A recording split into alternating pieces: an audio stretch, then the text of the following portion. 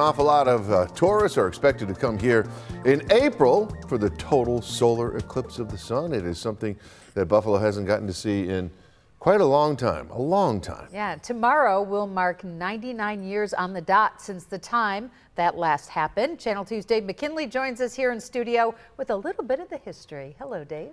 Hi, Mary Alice. You know, one thing we learned today about January 24th, 1925 in Buffalo is that it was a lot like today. It was cloudy and not the greatest eclipse weather. Today we learned from a researcher for the Buffalo Museum of Science, who also hosts an astronomy podcast, there was one big problem with that eclipse, as we noted.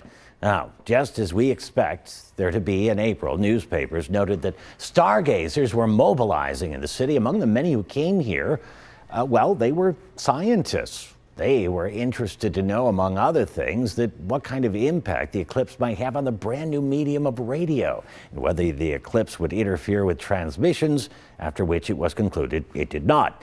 Now, forecasting was kind of rustic at best back then, so perhaps the papers could be forgiven for predicting fair skies, allowing all Buffalonians to witness the phenomenon in its great glory, only to conclude the day after it was over that the observation of the eclipse here was a failure.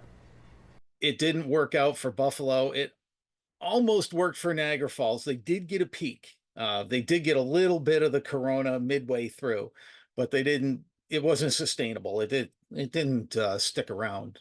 Now, more than an eclipse, it was referred to back then, as they might during the Roaring '20s, as the astral tryst of sun and moon. They had a delicious way of writing back then, and you might hear it again in April because I might steal it. Scientists who came here 99 years ago also studied animals at the zoo to see what, if any, impact the eclipse had on their behavior. And according to Collins, the Army was also flying planes around to see if the eclipse impacted low-level atmospherics. Scott and Mary Alice.